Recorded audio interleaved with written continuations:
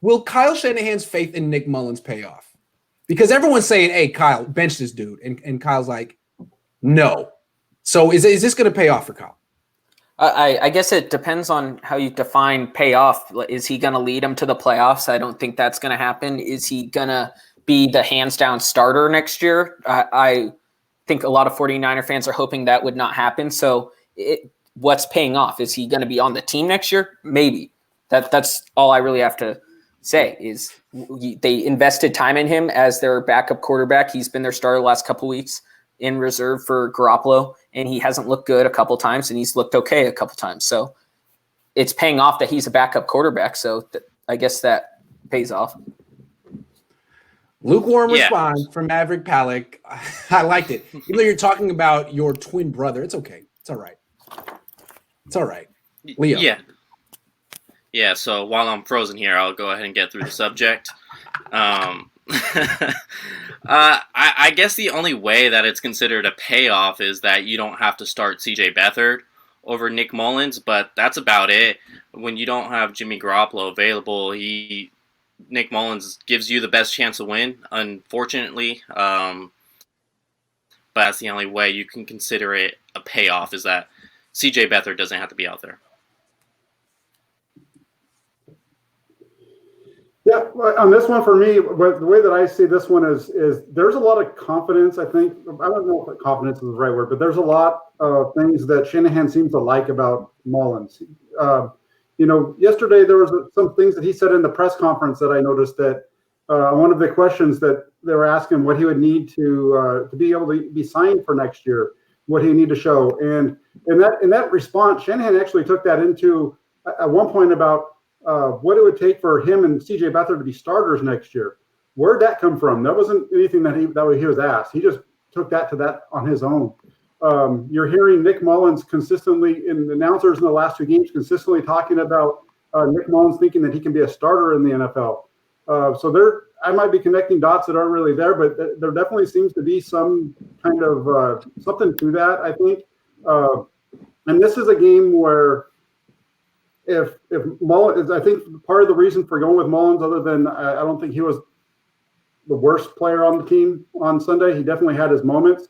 I think that this is a get-right game in the way that Shanahan looks at this. Get him going, and that they should be able to win this game, and he's hoping that they can carry that through the rest of the year.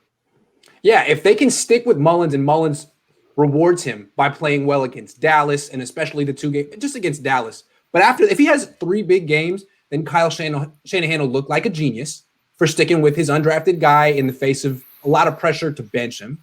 And it'll give him options going into next year. They won't necessarily need to draft a guy who can start right away. They won't necessarily need to keep Jimmy Garoppolo or sign a veteran who can start right away. They can feel comfortable. They can say, you know what? Nick Mullens had a really nice end to the season. We can draft someone like Zach Wilson or someone in round 2 or whoever. That gives them options. Then maybe they'll go with Nick Mullens and not draft a quarterback. Although I don't think he's going to do anything like that. But it gives them options. So in that sense, yeah, it's a payoff because CJ Beathard gives you no options. Bringing him in for the next 3 games is just going to be painful. He really is that bad. The only person who might be worse than CJ Beathard, Sam Darnold. But Sam Darnold's not here, so we don't really have to worry about him. To me, Sam Darnold is just a better-looking CJ Beathard. And CJ Beathard is quite a handsome man, so that says something about Sam, Mr. Darnold. Well, I don't think Nick Mullens is a starter in this league. I don't think he'll ever be a starter in this league. I don't know. It's just how you look at it. The only way the 49ers keep him is probably on a second-round tender, which I don't know if they'll be too inclined to do because that's going to cost $3.5 million. That's almost a $3 million pay raise for a team that's up against the cap right now. It's coming down to a situation to where if Nick Mullens is even on this team next year, so as a stopgap, I think that's just being friendly to Mullens at this point. Well, I think they're going to want someone in the quarterback room who knows the offense, and it ain't CJ. And I'm guessing Jimmy's gone. So I think Nick's going to be on this team next year.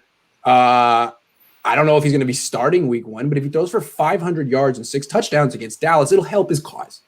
And it'll help Kyle Shanahan's cause as being the genius that we all believe he is. So Well, like Shanahan says with Garoppolo, he knows who Garoppolo is already.